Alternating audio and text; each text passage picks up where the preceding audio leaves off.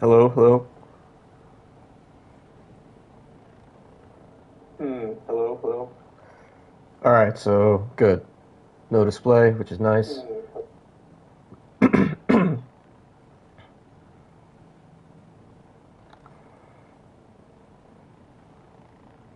Damn. Hello, hello. All Uh, right, so good. Damn. All uh, right, so good. Damn. All right, so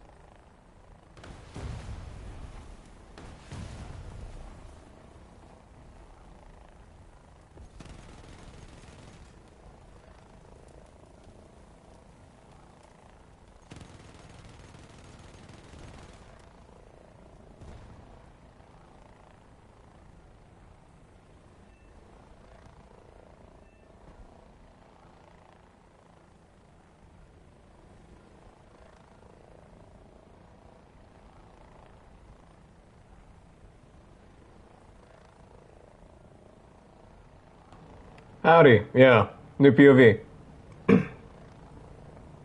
Testing out a new control mode.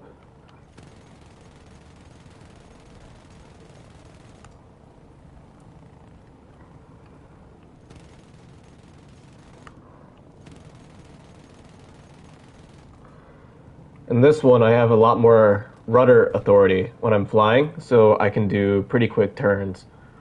I'll just show you in a second. I'll probably hop into an actual battle in maybe 5 minutes or so. I'm just trying to get used to this for the most part. Like, for example, I can do things like this. Now I'm very quick with it. I would love to get a flight stick. That or a mouse and keyboard, honestly, whichever comes first.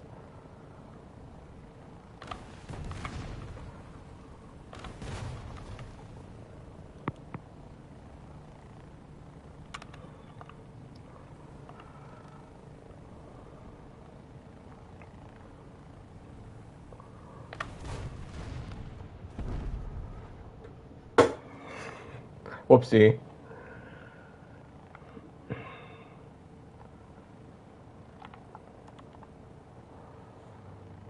And I apologize for the video being so grainy on YouTube, but I think that's the max that my console can produce.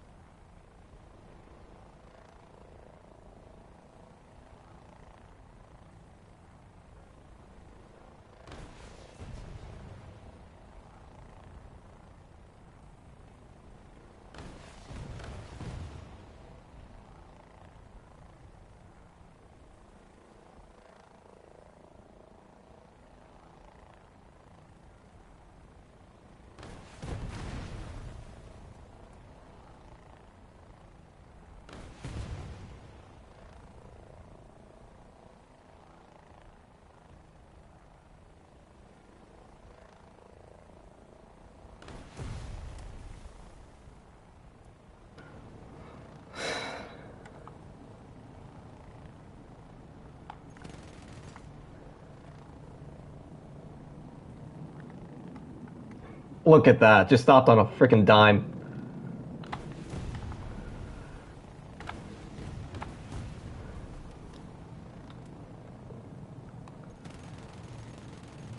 Reminds me like I'm playing Battlefield instead of War Thunder. Feels weird, but nice at the same time.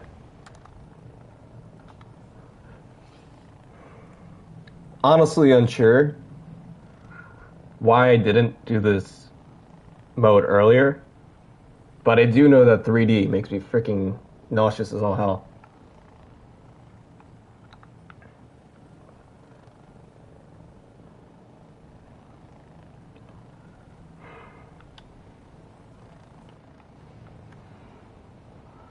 Like, look at this. Oh. Staying long in it makes me nauseous as all hell.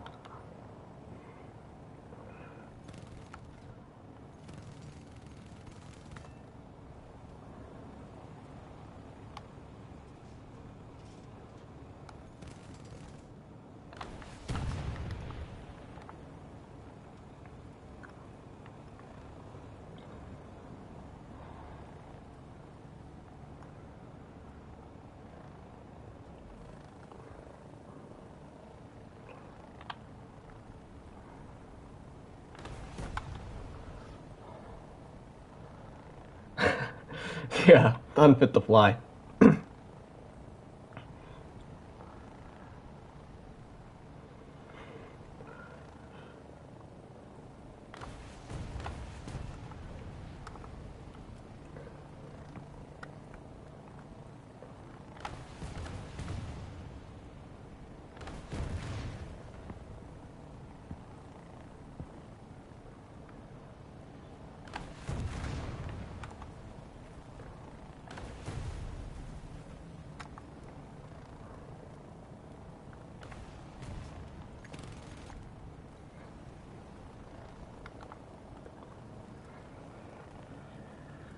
Okay, I think that's enough warm up for now. Time to actually get into battle.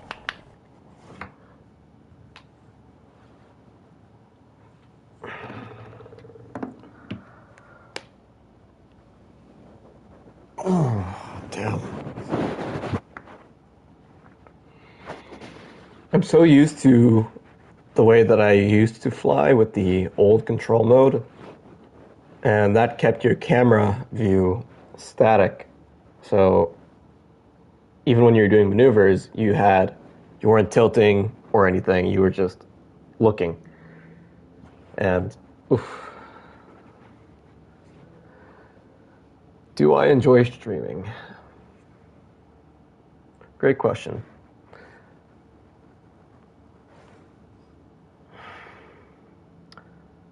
I like sharing things that I'm interested in. That's all I'll say about it. Other than that, not really.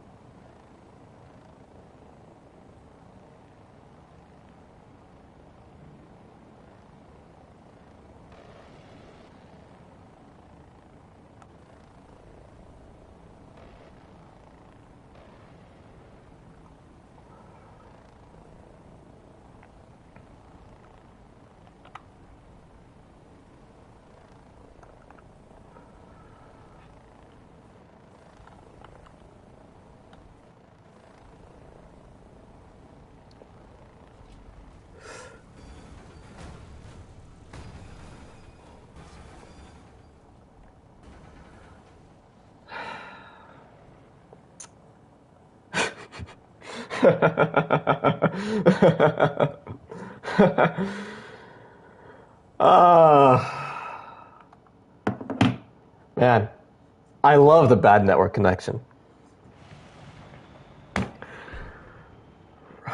All right. So, in particular about helicopters, I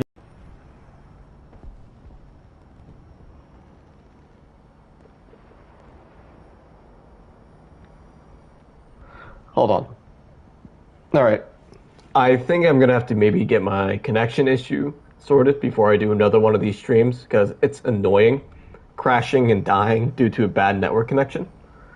So I may try to use an Ethernet cable or anything of the sort. Uh, helicopters. Hold on a moment. Let me get out of battle first, so that way I can figure out what the hell is going on. Helicopters are very interesting aircraft to me because, honestly, they are a death machine that wants to take themselves apart every time you fly them because they have 1,000 billion parts trying to do separate things at once. So as you can see here, even on this OH-58, we have our turbo shaft engine connected to our transmission, which is connected to a rotor, and which is connected to the propeller shaft to the tail rotor, or the anti-torque rotor. And so right here, right in this little heart, you have not only one connection, but two connections and three connections, all driving different things. And so it's a mechanically complex system to basically beat the air into submission. These rotor blades, as you may know, they're basically airfoils. They act the same as airfoils, they generate lift like airfoils, but instead of having an engine to propel them forward, they rotate around to generate their lift. And that's the neat part, is that because of the fact that they rotate instead of are fixed, they have a certain speed limit to them. For example, this helicopter rotates counterclockwise, so it rotates this way, right? When you're in forward flight, these rotor blades have to deal with or have their own rotational speed, which is basically the RPMs that it's flying at to maintain good lift. And they also have to deal with the forward speed of the aircraft. So if this is going in forward flight, maybe 30 knots, this rotor blade right here in this position is having its rotational speed plus its relative airspeed. However, on the contrary, this blade right here, let me just take off the X-ray, is rotating or going the opposite direction of the helicopter. So it has its rotational speed minus its relational speed or its forward speed. So you get into a conundrum here where if this helicopter is moving a stall condition, so this blade is generating a lot of lift because there's less airflow going over it. And so because of the imbalance between these two rotor blades, this one is generating a lot of lift and this one is generating very little lift due to the difference in airspeed, it's going to create a roll motion. So that way that this helicopter is going to roll to the left. And this is kind of considered a death roll and what happens when you get too fast in a helicopter. War Thunder has it modeled. If you did do it, for example, I've done it before in a KA-52. This thing right here. It gets pretty fast, up to about 300 kilometers an hour. And what happens is sometimes when in a dive, when you're at top speed, you'll try to pull out and then it'll roll one way and then it'll crash into the ground and it's unrecoverable. So back to what I was saying. This creates a condition where there's a theoretical max speed that a helicopter can go and cannot break because the difference in generation of lift is so large that it would be physically impossible for them to go any faster. And of course, that has to deal with the retreating blade and the advancing blade situation, where with the death roll. There are helicopters that try to get around this, and there have been helicopters that have gone pretty fast. For example, we have the AH-56A, and I think, no, this is not the Comanche, but you can see it has a pusher prop right here and everything. But it has a large wing which acts like as the primary airfoil when it's getting up to speed, whereas the rotor blade kind of acts like a secondary airfoil. Another one would have to be the British G-Lynx right here. It's one of the fastest helicopters in game. I don't know the magic about how they get around the retreating blade stall problem, but in normal flight, I can tell you about the fact that, or I could say that in normal flight, you of course have the same situation, but at a lesser scale. So the retreating blade is your rotational speed minus your forward speed, while your advancing blade is your rotational speed adding to your forward speed. And so this creates a conundrum where you're going to have an imbalance of lift. However, modern helicopters have a thing called blade flapping, which is where the advancing blade is going to reduce the AOA to reduce the amount of lift that it generates, whereas the retreating blade is going to increase the AOA to increase the amount of lift that it creates. And so this balances each other out so that way you can maintain level flight. And sometimes you'll see, I think there's one or two videos online of a GoPro on a rotor blade of the helicopter where the rotor blade you'll see is constantly pitching up and down in order to maintain a equilibrium of lift. And that's like the neat part, because this thing wants to kill itself. It wants to die. But modern engineering and modern, how should I say, ingenuity has prevented this thing from wanting to tear itself apart. There's also other features in a helicopter that keep it from wanting to blow itself apart. I'm not too familiar with that. I have to go back and reread more about the rotorcraft, but there are things such as mast bumping, which is an issue. For example, if you were to do a no, they're not like me. I like helicopters because they're cool. Mast bumping is an issue. For example, when you have these older helicopters, for example, this one, you can see that it's a semi-rigid rotor system. So sometimes what you'll have is an issue called mast bumping, where the rotor blade, if you're going to pitch up, is going to come down here and sometimes even do a tail strike, because you can see these blades are flexible. So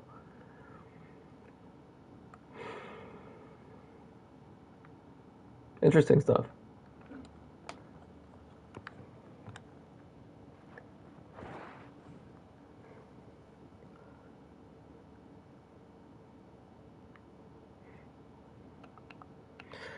I also recently learned about turboshaft engines.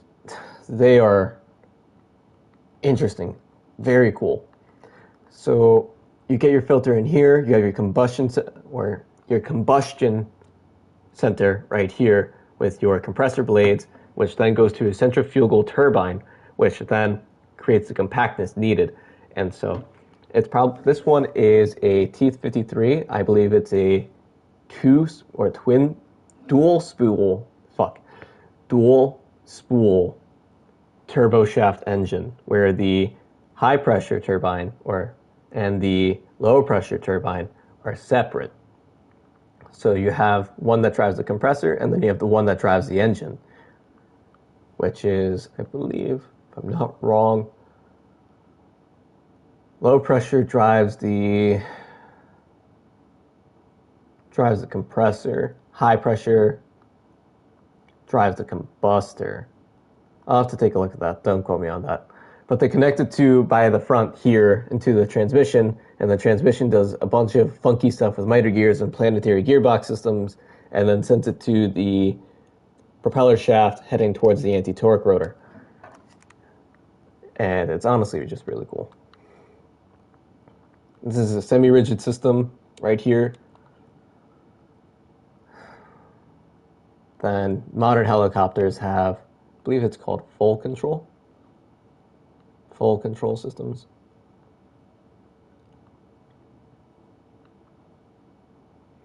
Yeah, I think you may have seen it before, but you can see it really well in test flights, where you can see that the blades fully move. So let me see, let me get over ground.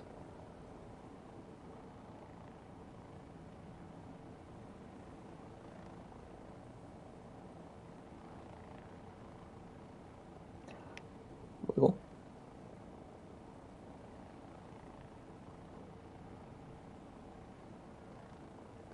You can just barely see it, but the blades tilt up and down a little bit to determine roll direction. Like, you can see them moving, which is really cool that they have it modeled. Ooh. This one has pretty good rudder authority, I'm not gonna lie.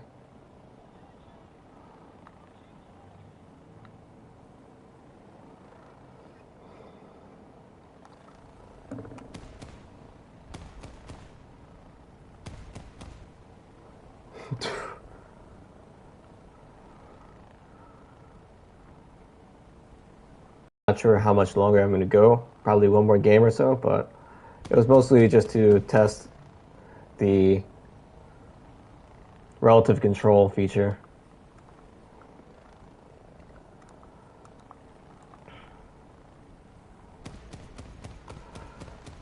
God, that's hard. This thing kicks like a mule.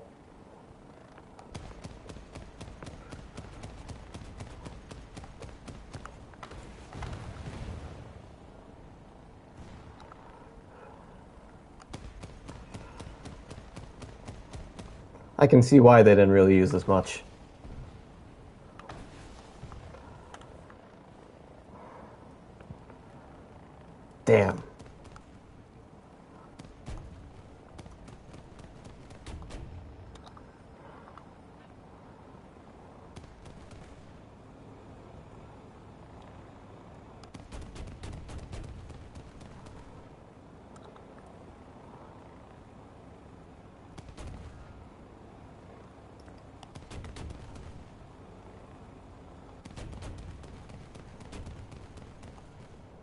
All right. See you, Toast.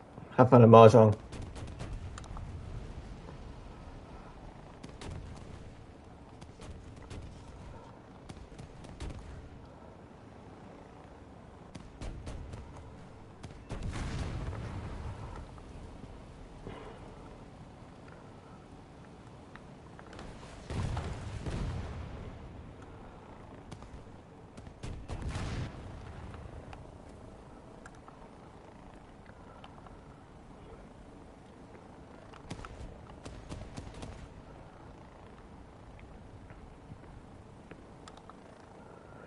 Pretty good tail rotor authority.